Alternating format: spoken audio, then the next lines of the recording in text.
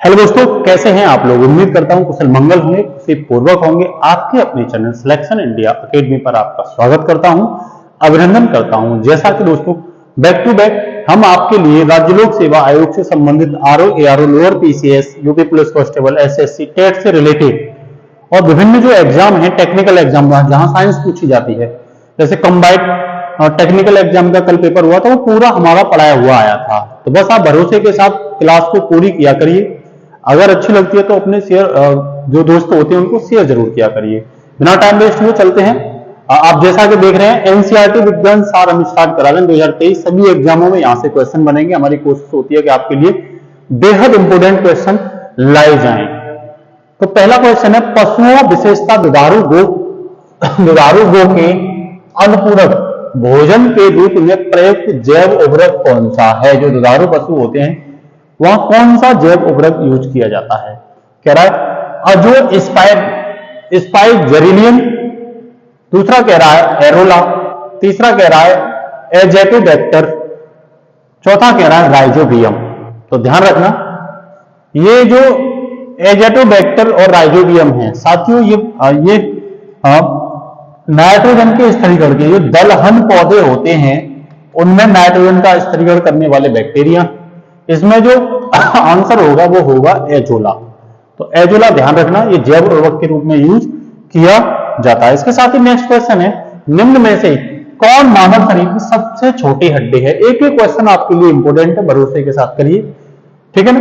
कह रहा बॉमर हड्डी, स्टेपीज हड्डी, मेलियस हड्डी या इंकस हड्डी। तो ध्यान रखना, हमारे शरीर में जो स्टेपीज हड्डी होती है, ठीक है ना, ये सबसे छोटी होती है, कान की होती है। आपको ये बताना है जो बीमर हड्डी होती है ये कहां पे होती है, क्या ये शरीर की सबसे बड़ी हड्डी है। ये आपका क्वेश्चन कमेंट बॉक्स के लिए है। नेक्स्ट कह रहा है, निम्नलिखित में से कौन सा लवण मानव हड्डियों में सर्वाधिक मात्रा में पाया जाता है। ऐसा कौन सा लवण है। लवण ध्यान रखना क्षार और अम्ल से मिलकर बने होते हैं, क्षार और अम्ल से मिलकर बने होते हैं, उन्हें लवण कहते हैं। मानव हड्डियों में सर्वाधिक पाया जाता है। कह रहा है magnesium chloride, calcium carbonate, calcium phosphate या सोडियम क्लोराइड। तो ध्यान रखना, कैल्शियम फॉस्फेट CA3PO4 का होल ट्वाइस ये पाया जाता है और हमारी हड्डियों को मजबूत करने के काम में भी ये आता है, ठीक है ना। मैग्नीशियम क्लोराइड नहीं पाया जाता, कैल्शियम कार्बोनेट नहीं पाया जाता, हालांकि कैल्शियम कार्बोनेट मजबूत करने के काम में आता है, लेकिन ये भी मिलता है, लेकिन सर्वाधिक मात्रा में कैल्शियम फॉस्फेट ही मिलता है, ठीक है। नेक्स्ट कह रहा है, दांतों पर जमी परतें बनी होती हैं केवल भोजन के कणों से, भोजन के कण और थूक से।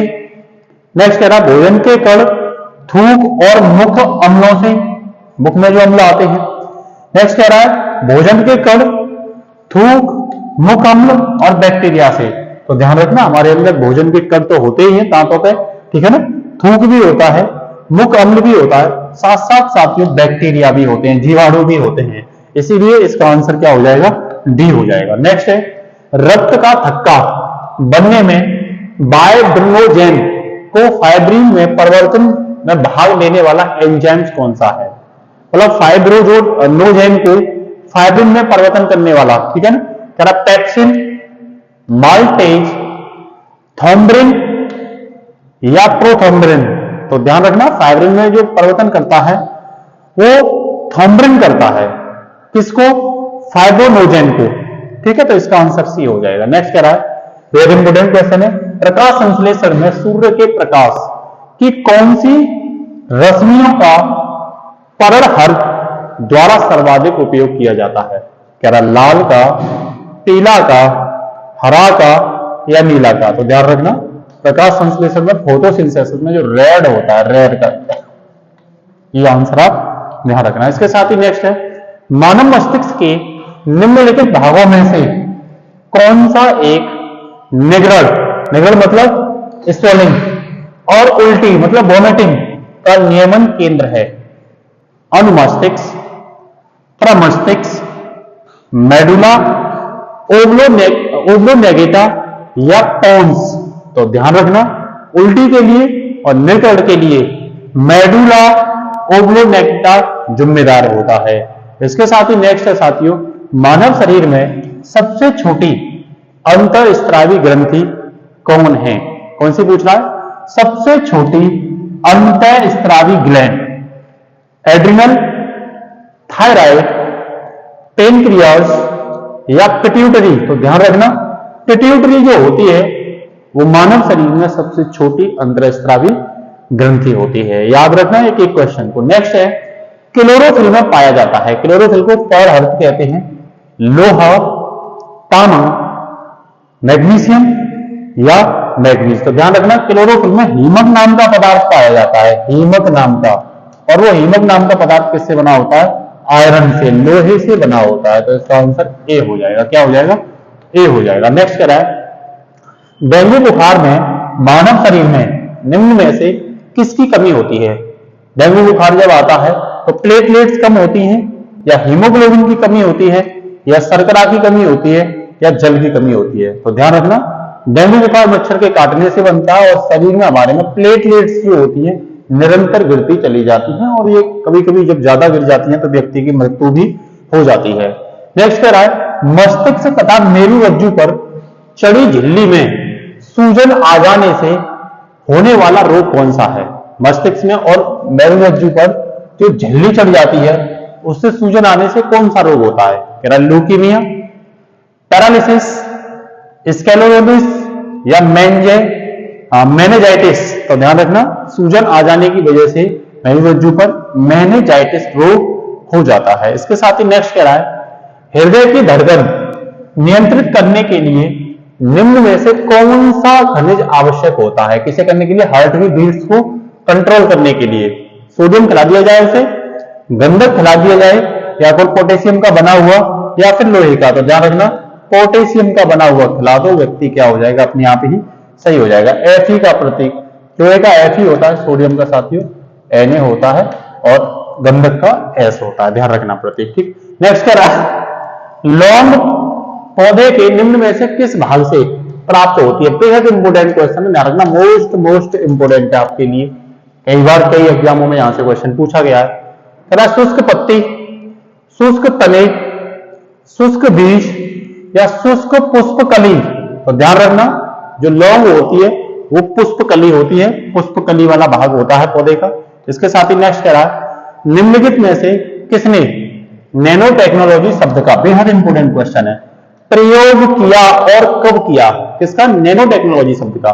कह रहा है, रिचर्ड्समैन ने 1959 में, लोरिया तानीगुची ने 1974 में, एरिक डटसन ने 1986 में, और सुमियो लाइजमा ने 1991 में। तो ध्यान रखना, सबसे पहले नैनो टेक्नोलॉजी शब्द लोरियो तानीगुची द्वारा यूज किया गया था। सूर्य के प्रकाश के अदृश्य भाग से, कौन से भाग से? अदृश्य भाग से प्रकाश संश्लेषण किया जाता है कुछ वृक्षों द्वारा, कवक द्वारा, बैक्टीरिया द्वारा या फंगी द्वारा, मतलब फफूंदी द्वारा। तो ध्यान रखना, अदृश्य भाग से बैक्टीरिया द्वारा, जीवाणु जो होते हैं इनको और क्या कहते हैं? जीवाणु कहते हैं। क्या कहते हैं साथियों? जीवाणु कहते हैं, इनके द्वारा किया जाता है। नेक्स्ट कह रहा है, निम्न में से कौन डीएनए के न्यूक्लियोटाइड का भाग नहीं है? ध्यान रखना, डीएनए की जो न्यूक्लियोटाइड बने होते हैं वो एमिनो अम्ल के बने होते हैं। किसके बने होते हैं? एमिनो अम्ल के बने होते हैं, अमीनो अम्ल के बने होते हैं। ध्यान रखना, अमीनो अम्ल, एमिनो एसिड भी कह सकते हैं इसे, एमिनो अम्ल के बने होते हैं। तो नाइट्रोजेनस बेस, डिसऑक्सीराइबोसफेट या फॉस्फोरिक अम्ल या एमिनो अम्ल, तो मैंने अभी आपको बताया था, ये एमिनो अम्ल के क्या है? प्रतीक हैं। तो जितने भी लिपिड बने होंगे, प्रोटीन बने होंगे, वो सब किसके बने होंगे? अमीनो अम्ल के बने होंगे। नेक्स्ट कह रहा है, कोशिका झिल्ली किसमें पाई जाती है? तो पहले तो मैं ये बता देता हूं, कोशिका झिल्ली जो होती है वो सेल्स के चारों ओर होती है, जिसमें mitochondria, Golgi coil, ribosome, lysosome, nucleus, centrosome, हमारी बात नहीं आ रही, और ये आंतरिक झिल्ली होती है और ये बाह्य झिल्ली होती है, ये सब उसके पास पाए जाते हैं, ठीक है। और ये अर्धपारगम्य झिल्ली होती है। क्या होती है? अर्धपारगम्य, सेमी परिमेय अर्धपारगम्य झिल्ली होती है। इस चीज को आप क्या रखना? याद रखना, ठीक है ना। तो नेक्स्ट कह रहा है, पादप कोशिका में, पशु कोशिका में, पादप एवं पशु कोशिका दोनों में पादप या पशु कोशिका दोनों में नहीं, तो इसका मतलब ये पादपों में भी पाई जाती है, प्लांट में भी पाई जाती है, साथ साथ पशुओं में भी पाई जाती है, मनुष्य में भी पाई जाती है। इसके साथ ही नेक्स्ट क्या है, पादप वृद्धि अनुमापन के साथ जिस भारतीय वैज्ञानिक का नाम लिखा जाता है वे कौन है, किसमें, पादप वृद्धि अनुमापन में, ठीक है। H D. Khurana, C V. Raman, J C. Bose या मेघनाथ साहा। तो ध्यान रखना इसमें जे.सी. बॉस का नाम लिया जाता है, ठीक है। इसके साथ ही नेक्स्ट अगर मैं बात करूं, मेंडल ने मटर में कुल कितने लक्षणों का वंशानुगति अध्ययन किया था, पूछा जाता है क्वेश्चन, 5 का, 7 का, 9 का या 11 का। तो ये साथियों 7 लक्षणों का क्या किया था, आनुवांशिक सिद्धांत इन्हीं का है, आनुवांशिकता का सिद्धांत जॉन मेंडल का, ध्यान रखना, ठीक है ना, किसका है, जॉन मेंडल का। प्रयोग किस पे किया था, पूछे प्रयोग किस पे किया था इन्होंने, तो मटर के पौधे पर प्रयोग किया था, किसके पौधे पर, मटर के पौधे पर इन्होंने साथियों क्या किया था, अपना प्रयोग किया था। इसके साथ ही नेक्स्ट है, निम्न में से किसमें कोशिका में अच्छी तरह से व्यवस्थित न्यूक्लियस नहीं पाया जाता, जबकि कोशिका में न्यूक्लियस का काम होता है कंट्रोल करना, क्या करना, नियंत्रण करना, ये न्यूक्लियस का काम होता है, ध्यान रखना, ठीक है ना। क्या है, एट अमीबा, हाइड्रा, स्पाइरोगाइरा या बैक्टीरिया। तो ध्यान रखना जो न्यूक्लियस सही तरीके से व्यवस्थित नहीं होता वो जीवाणु में नहीं होता, बैक्टीरिया में नहीं होता है। नेक्स्ट कह रहा है, निम्न में से किसमें अर्धसूत्री विभाजन होता है, तने में, पॉलिनेशन में, पुंकेसर में या मूल शीर्ष में। तो ध्यान रखना अर्धसूत्री जो विभाजन होता है वो पुंकेसर में होता है, किसमें होता है, पुंकेसर में होता है। इसके साथ ही नेक्स्ट कह रहा है, कोशिका व्यक्ति का प्रमुख अवयव क्या है, किसका, सेल वॉल का, प्रोटीन, सेलुलोस, शर्करा, लिपिड। मोस्ट इंपोर्टेंट लिखना है इसे, कई बार पूछी हुई है। तो कोशिका भित्ति जो बनी होती है साथियों वो सेलुलोस की बनी होती है, किसकी बनी होती है, सेलुलोस की बनी होती है, ठीक है ना। तो ये इसका आंसर भी हो जाएगा। नेक्स्ट कह रहा है, कोशिकाओं में CO2 H2O का विखंडन कहां होता है, राइबोसोम में, माइटोकॉन्ड्रिया में, केंद्रक में या लाइसोसोम में।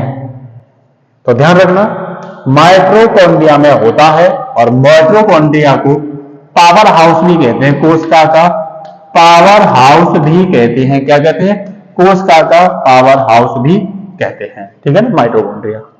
तो माइटोकॉन्ड्रिया से ही गोल्जी कॉइल जो होता है वो ऊर्जा को क्या करता है, डिस्ट्रीब्यूट करता है, कौन, गोल्जी कॉइल।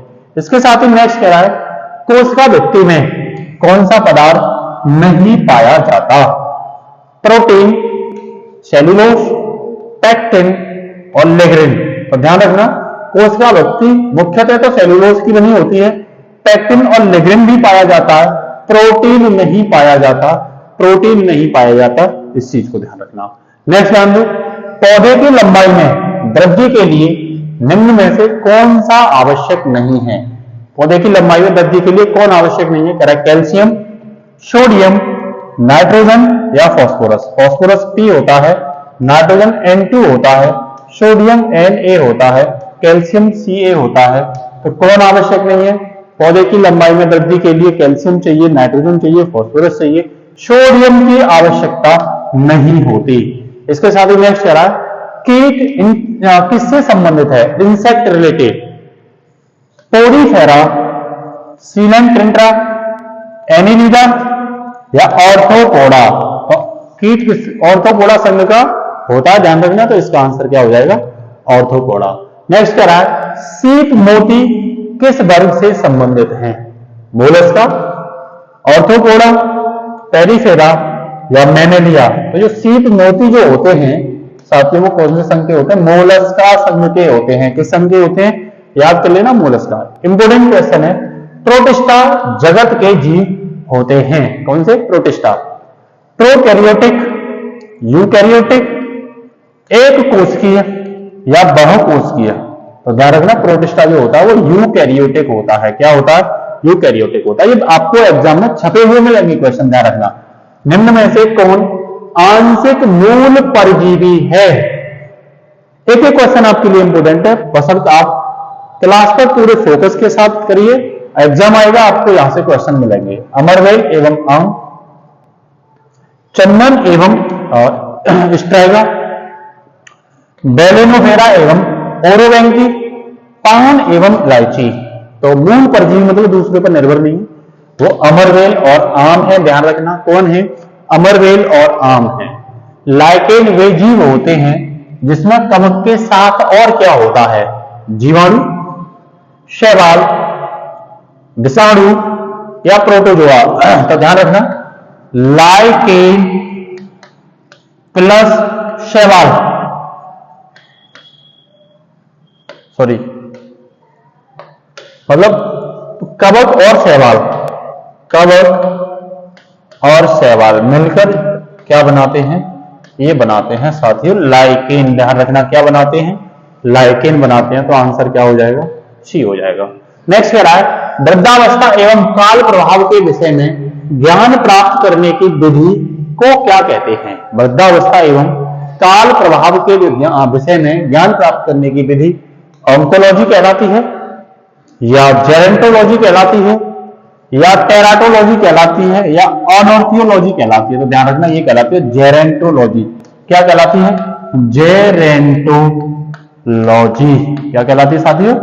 जेरेंटोलॉजी कहलाती है। इसके साथ ही आर्कियोप्लेक्टिक्स किस वर्ग के प्राणियों के बीच की योजक कड़ी है?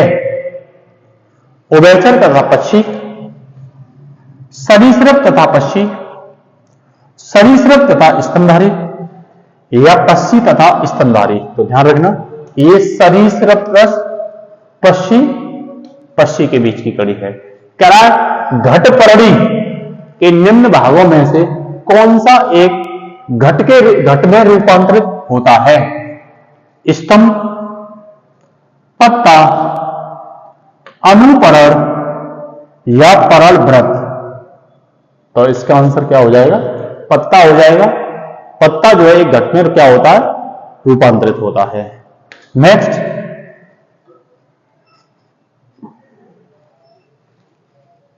क्लास थोड़ी सी देर के लिए मतलब लाइट की वजह से क्या हुई है, दिक्कत आई है क्लास में, ठीक है। तो ये मैं भी स्टार्ट करता हूं आपके लिए, 1 मिनट बस।